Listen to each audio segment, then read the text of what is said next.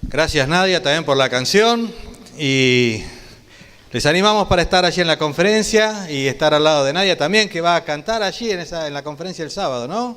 Nadia, tranquila, ¿no? Difícil, ¿eh? Pero el Señor te va a ayudar y ahí vamos a estar.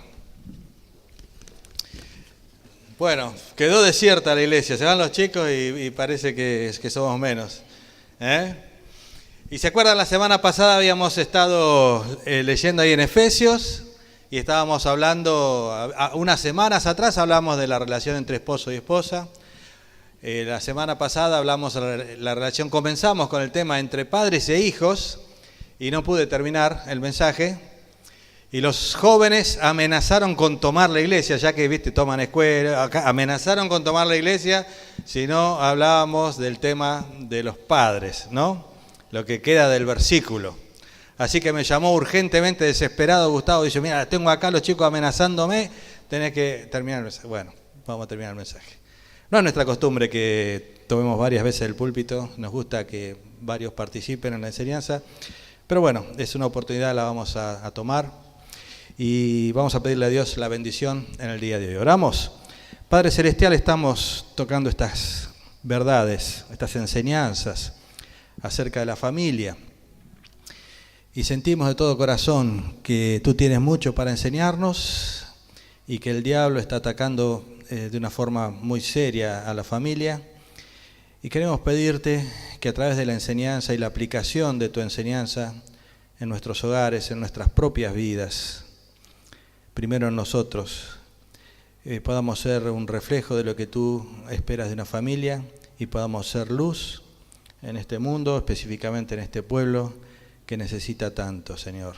Vemos tantos jóvenes perdidos y queremos rogarte que tú nos utilices para alcanzar a algunos de ellos. Te lo pedimos en nombre de Jesús. Amén. Amén. Estábamos leyendo Efesios y Efesios 6 comienza diciendo: hijos, obedeced al Señor a vuestros padres, porque esto es justo. Honra a tu padre y a tu madre, que es el primer mandamiento con promesa, para que te vaya bien y seas de larga vida sobre la tierra. Y vosotros, padres, no provoquéis a ira a vuestros hijos, sino criadlos en disciplina y amonestación del Señor. Nosotros, padres, no provoquemos a ira a nuestros hijos. Algunos de nosotros, me incluyo, tenemos un cinturón negro en esto de provocar a ira a nuestros hijos, ¿no? ¿Sí o no? ¿Quién nunca hizo que sus hijos se enojen? A ver, acá, ¿cuántos padres hay? A ver, levanten la mano los padres. Hay unos cuantos, y sabemos que muchas veces hemos cometido errores con nuestros hijos, no hemos sido justos con nuestros hijos, hemos provocado a ira a nuestros hijos, provocarlo a ira, es decir, hacer que se enojen de una forma que quizá pierden un poquito el control, porque nosotros nunca perdemos el control, lo que los pierden son los hijos, ¿no es cierto? No es cierto eso, nosotros también. Y la Biblia nos deja esta enseñanza: no provoquemos a ira a nuestros hijos. No dice mucho más acá, pero si comenzamos a investigar cómo podemos provocar a ira a nuestros hijos, tenemos mucho para hablar. De hecho, yo tengo acá 1, 2, 3, 4, 5, 6, 7, 8 formas en que podemos provocar a nuestros hijos. No sé si las vamos a ver todas y obviamente no son todas, Solo estoy mencionando algunas cosas que en la experiencia propia y también leyendo algunos libros he recopilado para que podamos pensar si de alguna forma estamos haciendo que nuestros hijos se airen, tengan ira hacia nosotros, o lo peor, que de alguna forma se enojen con Dios. Y la primera está ahí, vamos a ir a 2 Corintios 1:18, 2 Corintios 1:18, vamos a leer, hoy vamos a leer varios pasajes de la Biblia, porque vamos a ver algunos principios generales que se aplican a esto que estamos hablando. 2 Corintios 1 y el versículo 18 dice: mas, como Dios es fiel, nuestra palabra a vosotros no es sí y no. Un versículo medio raro, ¿no? Porque lo estamos leyendo aparte fuera de contexto. Hay otra versión, una versión un poco más moderna, que dice así: pero tan cierto como Dios es fiel, el mensaje que les hemos dirigido no es sí y no. Lo leo de vuelta. Pero tan cierto como que Dios es fiel, el mensaje que les hemos dirigido no es sí y no. Acá está hablando de una certeza en un mensaje. Una cosa que es de una forma. Cuando Pablo dice sí, no, está diciendo no es que hoy es sí, mañana es no, o pasado es sí de vuelta. Está hablando de algo que tiene una certeza, algo que tiene algo que tiene que ver con la persona de Dios, que Dios no cambia. Dice que tan cierto como Dios es fiel, Dios es un Dios fiel, un Dios que permanece fiel a sí mismo y no cambia. Pero nosotros, muchas veces, a nuestros hijos le transmitimos un mensaje que es sí y no. Hoy quizá le damos permiso para hacer algo, mañana no. Hoy le decimos tal cosa, mañana le decimos algo diferente. Y nuestros hijos se enojan. Se enojan porque reciben un mensaje que no es claro, que no es cierto, que no es fiel de parte de nosotros. Esto mismo puede ocurrir en el ámbito de la pareja. Realmente pasa que muchas veces padre y madre, no estoy hablando de cosas graves, pero estoy hablando de cosas que por ahí tienen que ver con la disciplina en el hogar, con la responsabilidad de cada uno. Obviamente si estamos hablando, si tu hijo te dice, mira, puedo ir a robar a la esquina, supongo que los dos padres están de acuerdo en decirle que no, ¿no? Pero hay otras cosas mucho más finitas, en los cuales a veces no estamos 100% de acuerdo los padres. Y entonces podemos transmitir a nuestros hijos un mensaje no claro. Y que puede pasar que viene y te dice, ay, pero viste papá, ¿puedo esto? Pero mami me dijo que sí. O al revés. Papá, mirá, mamá me dijo que no sobre esta cosa. Y el padre le dice, bueno, no, pero andá ahí. Y entonces estamos transmitiendo un mensaje que no es certero, que no es claro. Y en algún momento esto va a traer un conflicto. Y el chico que está en el medio, que a veces puede manipular la situación, tampoco seamos claros, quiero decir que seamos claros en esto, pero al no recibir un mensaje claro, quizás va a estar esperando que algo que él piensa que está aprobado está desaprobado y entonces va a traer enojo en su vida.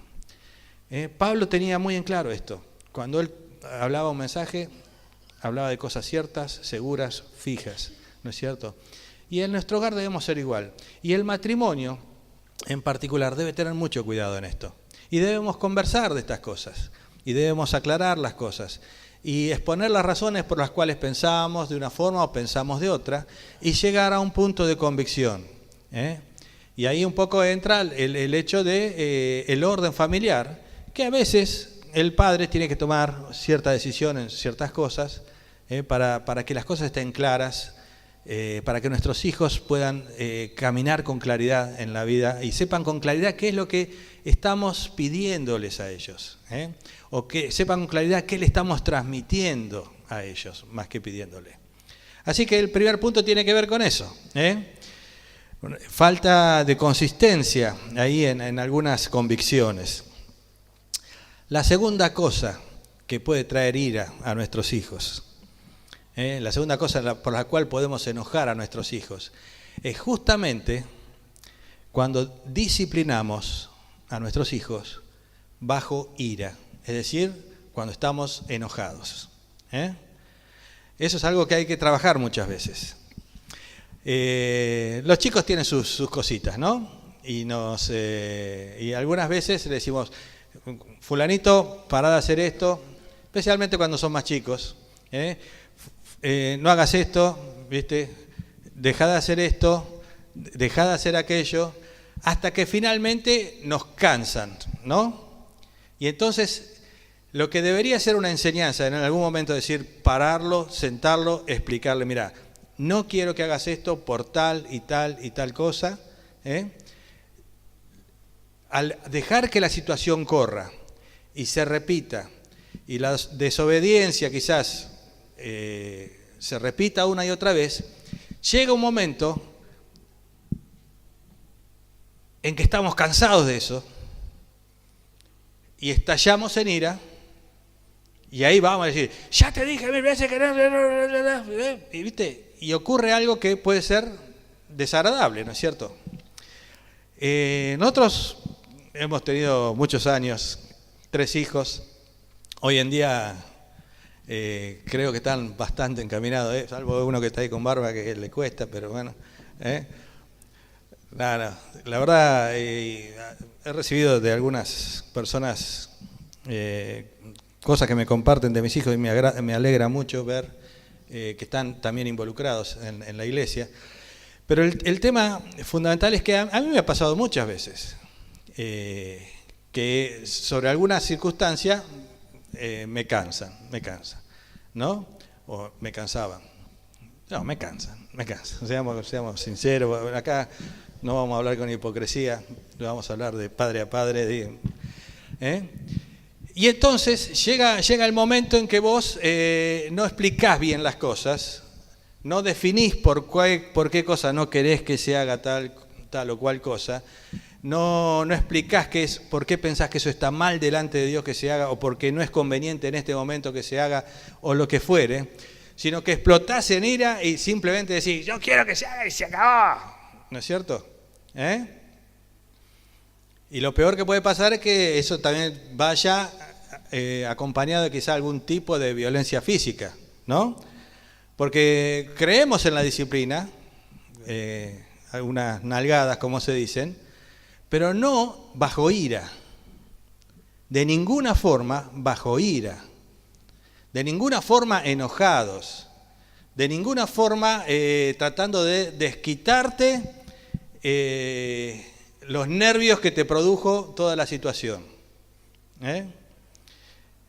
sino en una forma controlada, explicando las circunstancias, tomando el tiempo para explicarlo, tomando el tiempo para que la persona entienda lo que hizo mal, el hijo o la hija entienda lo que hizo mal, reciba la disciplina adecuada y procurar un cambio en ese área. Pero la ira, dice Santiago, no obra la justicia de Dios. Cuando generalmente actuamos con ira, lo que vamos a recibir de vuelta es ira. Vamos a ir a justamente Santiago primero, viste, vamos a leer esos versículos, Santiago 1, 19 y 20. Fíjate lo que dice. Es un principio que aquí no está aplicado a la disciplina, pero es un principio general de la vida que debe estar aplicado en la relación con nuestros hijos. Por esto, mis amados hermanos, todo hombre sea pronto para oír, tardo para hablar, tardo para airarse, porque la ira del hombre no obra la justicia de Dios. Vamos a ir a Colosenses. A ver, recorramos un poquito el Nuevo Testamento. Colosenses.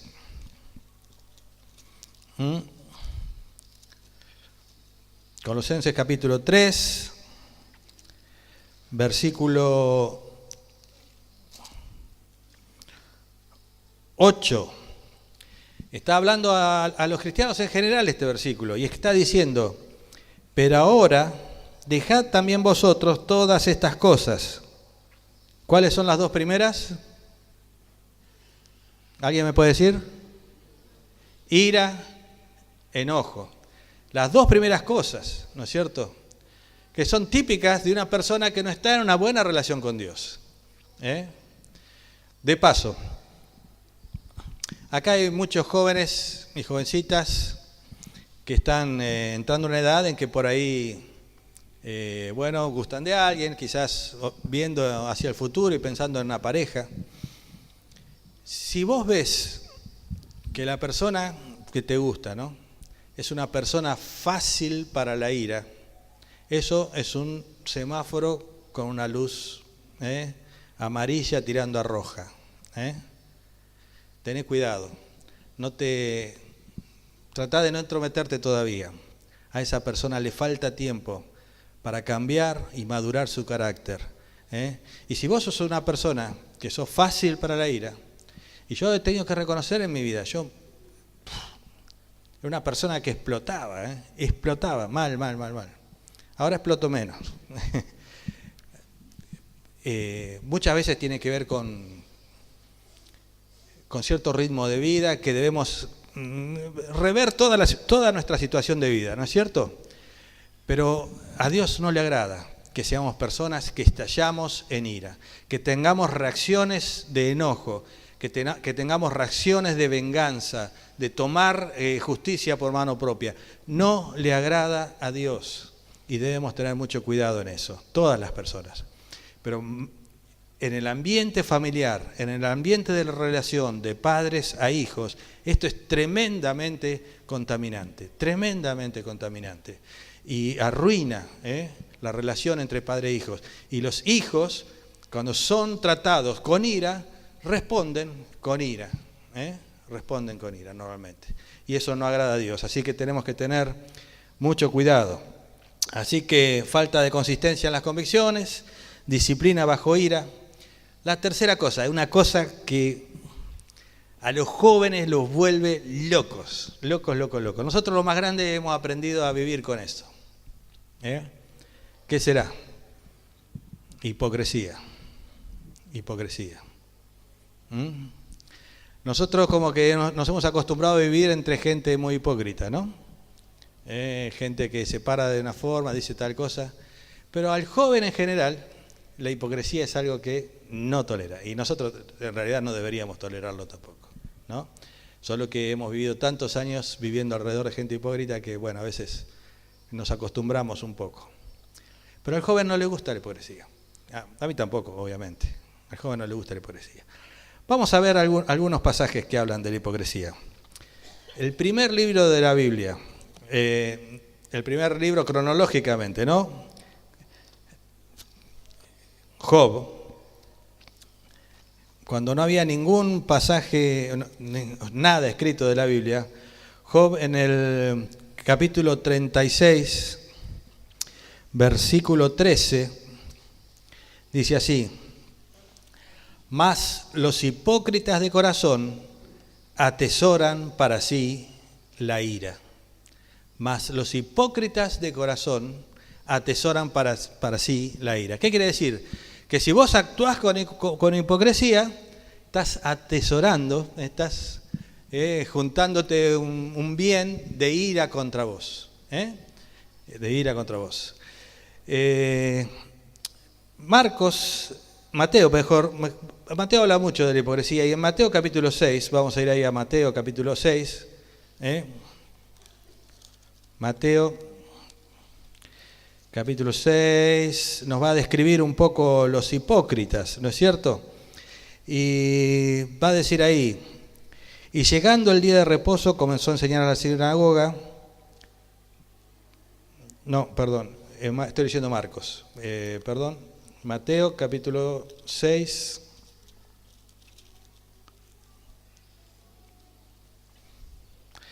Versículo 2 dice: cuando des limosna, no hagas tocar trompeta delante de ti como hacen los hipócritas en las sinagogas, para ser alabados de los hombres. El 5 dice: cuando ores, no seas como los hipócritas, porque ellos aman orar en pie en las sinagogas y en las esquinas de las calles para ser vistos de los hombres. El versículo 16: cuando ayunéis, no seáis austeros como los hipócritas, porque ellos demudan sus rostros para mostrar a los hombres que ayunan. ¿Qué es un hipócrita? Evidentemente está mostrando acá que es una persona que está preocupada por vender una imagen que realmente no tiene. Es una persona que quiere tener una posición sin tener la posesión. Es decir, quiere aparentar ser un hombre espiritual, hablando en este sentido, quiere aparentar tener una posición espiritual que realmente no posee, que no tiene. Una persona que actúa falsamente. Una persona que los domingos en la iglesia es un ejemplo de vida y que de lunes a viernes delante de sus hijos es un atorrante. Eso es un hipócrita, ¿no es cierto? Una persona que no vive lo que pretende demostrar. Y eso, indudablemente, provoca ira en nuestros hijos. Provoca ira en nuestros hijos. Cuando actuamos hipócritamente. Si vamos un poquito más adelante en Mateo capítulo 23, vamos a ir a Mateo capítulo 23.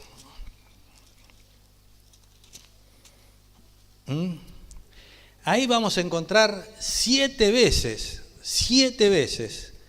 que Dios, o el Señor Jesucristo, ¿no? Pero es la palabra de Dios, que dice, ay de vosotros, escribas y fariseos, hipócritas. Podríamos decir, ay de vosotros hipócritas. Ay de vosotros hipócritas. Dice ahí, capítulo 23, versículo 13. Ay de vosotros, escribas y fariseos hipócritas. 14. Ay de vosotros, escribas y fariseos hipócritas. Versículo 15. Ay de vosotros, escribas y fariseos hipócritas. Versículo 23. Ay de vosotros, escribas y fariseos hipócritas. Versículo 25. Ay de vosotros, escribas y fariseos hipócritas. El 27, ay de vosotros, escribas y fariseos hipócritas. Cuando algo aparece 2 veces en la Biblia, es algo importante, muy cierto. Cuando aparece 7 veces en un solo capítulo, es algo que Dios está diciendo, cuidado con esto.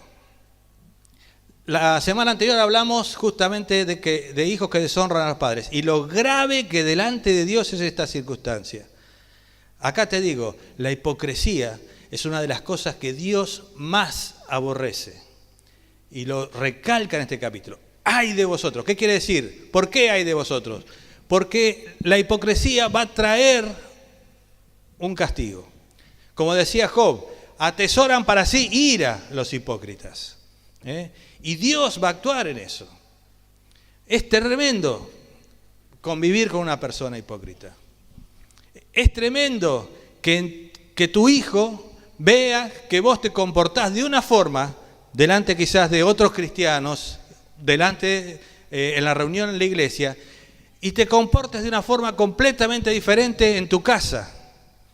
Que delante en la iglesia seas un santo y en tu casa vos mientas, que en tu casa vos hagas cosas que son inmorales, que en tu casa te comportes de una forma que no agrada a Dios. Dios odia eso. Pero hablando en el ambiente familiar, te digo, eso va a traer una tremenda consecuencia en tus hijos. Tremenda consecuencia en tus hijos. Y justamente aquí se ve en estos mismos versículos algo de eso. Dice ahí, en versículo 13, ay de vosotros escribas y fariseos hipócritas, porque cerráis el reino de los cielos delante de los hombres, pues ni entráis vosotros, ni dejáis entrar a los que están entrando. ¿Qué quiere decir? Esa actitud de hipocresía, indudablemente, lo que va a traer es un descreimiento de la fe que vos decís tener. Ahí estaban los hombres de Israel, los escribas y fariseos, que eran quizás la crema innata de la sociedad allí en Jerusalén. Hombres que se pasaban la vida estudiando o memorizando este libro sin realmente comprender lo que decía. Y obviamente las personas veían en ellos hipocresía. ¿Y qué pensaban? ¿Esto es agradar a Dios? ¿Así es como Dios quiere que viva? Yo no quiero vivir así, ¿no es cierto? Y lamentablemente muchos cristianos vivimos así, en hipocresía. Y vivimos una vida en la cual estamos comportándonos de una forma en un lado, comportándonos de otra forma en otro lado. La gente observa, los más cercanos a nosotros nos observan. ¿Y qué van a decir? ¿Esto es ser cristiano? Yo no quiero ser cristiano. cerramos la puerta del cielo. Si actuamos hipócritamente, no dejamos entrar a los que están entrando. Y nuestros hijos son los más cercanos y evidentemente los que primero van a descubrir si actuamos hipócritamente. Es un tema muy serio. Y no debemos provocar a ira a nuestros hijos. Hipocresía. El versículo 15 nos habla de cómo ellos también van centrándose ahí en lo religioso y no en lo espiritual. Se preocupan más en cumplir ciertas liturgias, ciertas cuestiones, ciertas cosas físicas, pero espiritualmente, interiormente, en el ámbito de su relación personal con Dios, no está pasando nada. Estos hombres conocían de memoria las Escrituras. Los escribas eran los que transcribían una y otra y contaban las letras, sabían cuántas letras tenía cada capítulo del Antiguo Testamento, lo sabían. Ellos transcribían el libro, contaban las letras para saber si tenían un error, contaban las cosas. ¿Por qué? Porque querían hacerlo fielmente, pero en realidad, a pesar de todo eso, nada espiritualmente estaba pasando en su vida, salvo algunas personas muy especiales, como Esdras y otros. Pero vemos que en este tiempo del Señor Jesucristo, todos estos hombres conocían los procedimientos, conocían las cosas que tenían que hacer los sacerdotes, cómo se vestían, cómo tenían que pararse, pero estaban lejos de Dios, lejos de Dios. Y una vida hueca es algo que un joven no quiere tener. Y si nos comportamos huecamente, provocamos a ira a nuestros hijos. Proverbios 28:13, ¿qué dice? ¿Alguno lo sabe de memoria? El que encubre su pecado no prosperará, mas el que los confiese y se aparta alcanzará misericordia. ¿Sabes otra cosa que también provoca ira a nuestros hijos? Que no seamos capaces de reconocer nuestros errores. ¿Quién nunca se ha equivocado en su relación con su hijo? Todos nos equivocamos, todos cometemos errores. Y cuando cometemos errores debemos pedir perdón. Y nuestro hijo debe saber que nos sentimos dolidos por haber cometido un error con él, por haberlo tratado mal o por haber interpretado mal alguna situación, o por haber tomado una decisión equivocada en relación a algo que la persona hizo. Todos nos equivocamos y deberíamos ser capaces de pedir perdón a nuestros hijos. Otra cosa que provoca ira a nuestros hijos, otra cosa que destruye nuestra relación con nuestros hijos. Proverbios 18:3, vamos a ir a buscar el versículo. Proverbios 18, versículo 3, dice así, la última parte, ¿no? Pero dice, cuando viene el impío, viene también el menosprecio, y con el deshonrador la afrenta. Con el deshonrador la afrenta. A veces podemos hacer cosas que humillan a nuestros hijos. Hay un versículo que dice que hay hombres cuyas palabras son como golpes de espada, ¿no? Y en vez de corregir, humillamos. Humillar, menospreciar, comparar, son cosas que no hacen bien a nuestros hijos. Comparar a mi hijo con el otro. Estás cometiendo un error y estás generando ira en el corazón de ese que vos menospreciás, de ese al que vos humillás delante del otro. Tenés que tener mucho cuidado. Esto va muy relacionado con el hecho de tener favoritismos, que es otra de las razones. En general solemos pegarnos más a alguno de nuestros hijos, pero como verdaderos hijos de Dios debemos tener mucho cuidado de darle la misma atención, el mismo amor, la misma calidad de amor a cada uno de nuestros hijos. La Biblia está llena de historias en las cuales hubo preferencia y la cosa terminó mal. ¿Se acuerdan de Jacob y Rebeca? Jacob, ¿a quién prefería? Eso está en la Biblia. Esaú, ¿no es cierto? ¿Estoy bien o me estoy equivocando? Y Rebeca prefería a Israel. ¿Estoy confundiendo la familia? No. Está bien, ¿no? Pero de repente, viste, cuando te cae la duda. Al que fue después Israel. Perdón, era Isaac y Rebeca. Ese es el problema. Ahí está. Isaac y Rebeca. Isaac prefería a Jacob y Isaac prefería a Esaú y Rebeca prefería a Jacob. Y eso se notaba en la familia.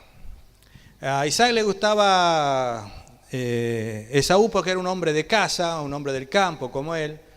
Jacob era un hombre más de la casa, probablemente el que llevaba papeles, hacía las cuentas, organizaba, y le agradaba más a Rebeca. Y eso trajo una contienda en la familia. Y una contienda que llegó a ser una guerra hasta el día de hoy.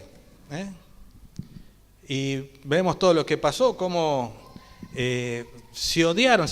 Eso lo puedes leer ahí en Génesis y puedes leer toda la historia, la tragedia que trajo a la familia todo eso. Y después, ¿qué pasó? Se repitió. Porque después nacieron los 12 hijos de Jacob, que su nombre fue cambiado de Israel. Y él tenía preferencia por un hijo que se llamaba ¿cómo? José. Y los demás hijos odiaban a José. Quizás había otras razones, pero seguramente una de las razones era que Jacob no tenía problema en mostrar su preferencia por José, tanto que hasta le había hecho una túnica de diferentes colores, algo que era lo trataba de una forma muy especial a él en relación a sus otros hermanos. ¿Trajo consecuencias trágicas? Sí, en la soberanía de Dios y en la gracia de Dios, Dios encaminó las cosas y utilizó finalmente a José para salvar a la nación de Israel. Pero todo lo que pasó en el medio es una cosa que nos habla de la tragedia de la relación entre hermanos y la tragedia de la relación entre hijos y padres, que fue tremendo. Tener preferencias, favoritismo, eso no ayuda. Una cosita más, nos quedan 5 minutos. Prometer y no cumplir. Prometer y no cumplir. Nuestros hijos nos odian porque prometemos cosas y no las cumplimos.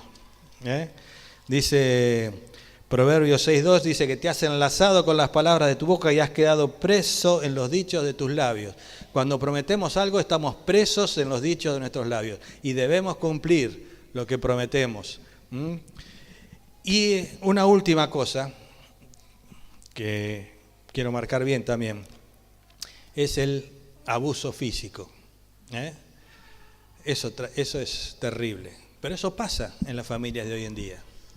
Y quiero decirte que yo sé, no estoy hablando de esta iglesia específicamente, que dentro del ambiente cristiano ha habido padres que han tenido abusos físicos con sus hijos. Me refiero a golpes, me refiero a maltrato, me refiero a palabras tremendas y otro tipo de cosas que vos quizás no querés ni imaginar. Primera Timoteo.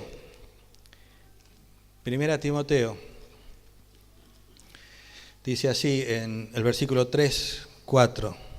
Está hablando de las personas que tienen algún tipo de responsabilidad en la iglesia, pero obviamente estos principios también se aplican a todos en general. Y en el versículo 4 está hablando que gobierne bien su casa, que tenga a sus hijos en sujeción con toda honestidad. Con honestidad. No tener tus hijos en sujeción a los golpes. No tener a tus hijos en sujeción a través de palabras deshonrosas.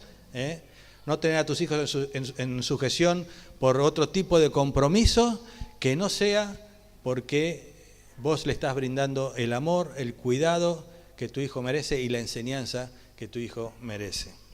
Todas cosas que provocan a ira a nuestros hijos y en las que debemos tener mucho mucho cuidado. Pero antes de terminar, dice ahí en la segunda parte del versículo, criarlos en disciplina y amonestación del Señor. Disciplina es un conjunto de reglas o normas cuyo cumplimiento de manera constante conducen a cierto resultado. Eso lo saqué del diccionario. La disciplina es un conjunto de reglas o normas cuyo cumplimiento de manera constante conducen a cierto resultado. Y debemos enseñarles ciertas disciplinas a nuestros hijos.